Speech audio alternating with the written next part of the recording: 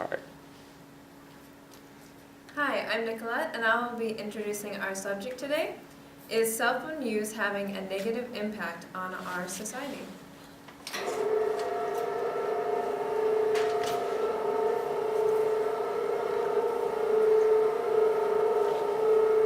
Just a fun little picture up there. One thing almost every college student has in their possession is a cell phone, specifically smartphone. With smartphones comes a lot of advantages. For example, quickly look up facts on the internet or watch funny YouTube videos before going to bed. Most of us would have a mental breakdown if we lost this little device. We tend to not think of the disadvantages and how smartphones can be impacting different parts of our lives. In 2013, in the BMC Public Health, Nathan Dehler states that phone usage might be linked to daytime sleepiness in California high school students. Could phone usage, particularly at night, be causing this? Sleeping habits is among many other areas in our lives potentially being affected by smartphones. With me today, I have 4 speakers: Katie, Kayla, Nicole, and Maya. Each will be exploring in their speeches the impacts of smartphones on the daily lives. First, Maya will be talking about phones in our society, in our lives. Then second, Kayla will be talking about phones and the home life. Thirdly, Nicole will be talking about phones in the learning environment. Then lastly, Katie will be talking about probably the worst situation, phones and driving. Maya will start us off.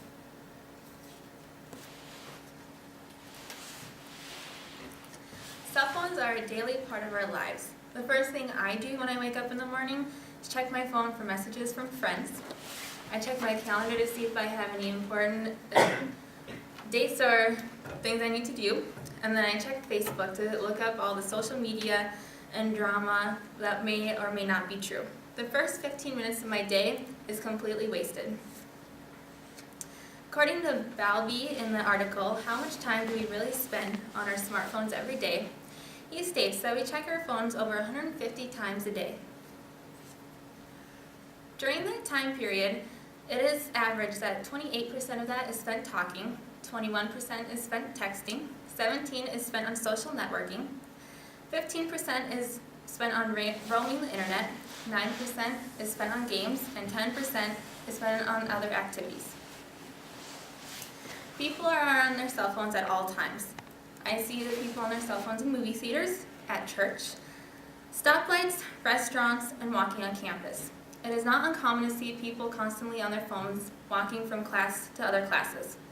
I often see people bumping into other people because they are not looking where they are going, concentrating only on their phones. Instead of doing the correct thing that they should, they do not look up and apologize. Instead, they remain looking down at their cell phones and keep walking. At movie theaters, people are always on their phones. I have seen people texting during the movie, playing games, Snapchatting, and filming the movie. And on rare occasions, I have also seen people talking on the phone. It'll ring in the middle of the movie and they will answer it. When at church, I constantly see little kids making a fuss, and for their parents to quiet them, they give them their cell phones so they can play games. I always see middle schoolers texting and ignoring the message, and often I also see adults looking at their phone. I feel that if you're not really going to pay attention, you should not even show up. At restaurants, I always see couples and friends that are supposed to be paying attention to each other, but instead they are looking down at their phones. Instead of having a conversation with each other, they are texting someone else or looking at social media. Cell phones at work are very bad. When I am at work, I want to concentrate on work-related issues. I'll be having a conversation, and in the middle of the conversation, a coworker will answer the phone.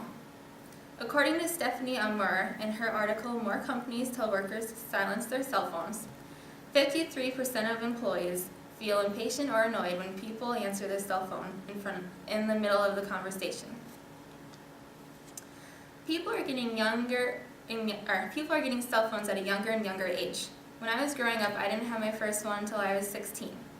Now it's not uncommon to see elementary school kids carrying around smartphones and tablets, which I feel is taking away their imagination and social skills. The younger generations don't realize how bad this is. The older generations are, however, offended. My dad, for example, says that people are losing their social and personal communication skills. They're forgetting how to talk face to face. Because of this, I feel that bullying has gotten worse. People hide behind their phones, so there's more drama and bullying going around. However, not all phones are bad. They allow you to connect with long-distance relationships, families, and friends. They're also used to confirm things. I often call customers at work, confirming an order that they put in or seeing if they wanted to add anything else. But the key to any cell phone use is moderation. You cannot go overboard. Next, Kayla will be talking about cell phone use at home.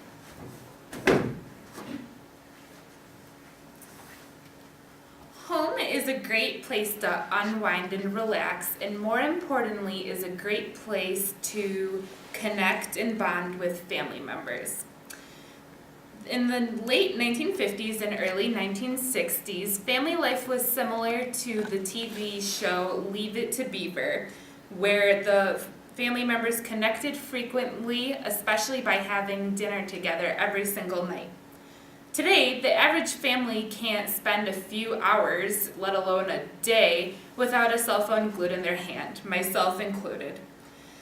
There is no doubt that cell phones can greatly strain family relationships.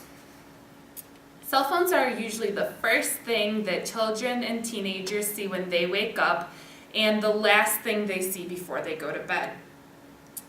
In the July 2012 article, Getting a High-Speed Connection, Associations Between Family Media Use and Family Connection, Laura Padilla-Walker, Sarah Coyne, and Ashley Fraser state that an average American child between 2 to 18 years old spend about 5 hours and 45 minutes per day with electronic media, especially with cell phones, and that 8 to 18-year-olds are devoting closer to 7.5 hours a day.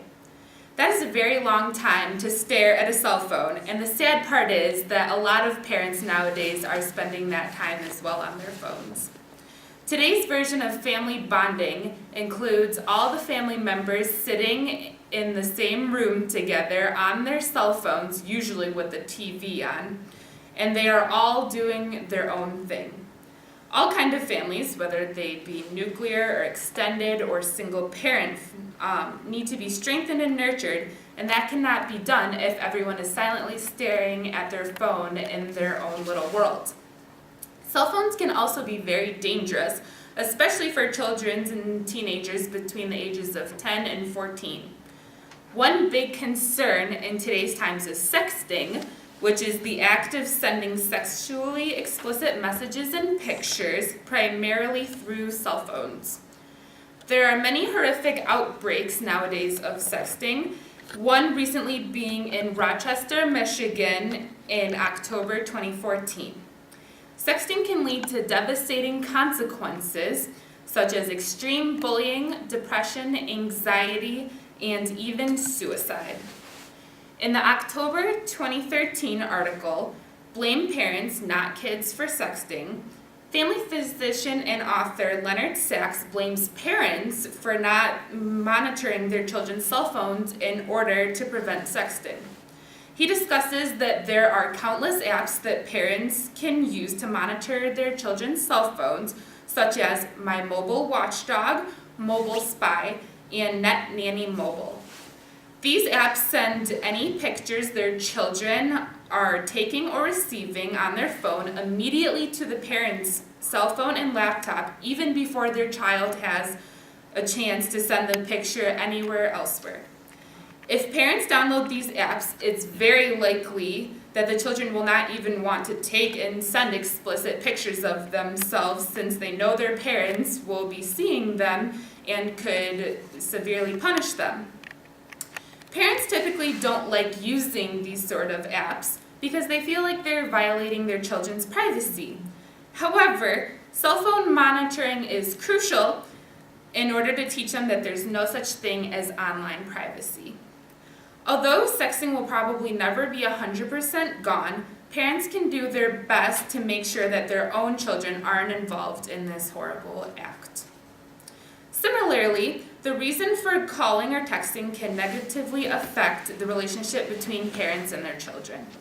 In the July-August 2011 article, No Crossed Wires, Cell Phone Communication in Parent-Adolescent Relationships, Dr. Robert Weiskirch proved in a study that cell phones can lead to a negative effect between parents and their children or teenagers if the parents use their cell phones to track their children's schoolwork or social media activity.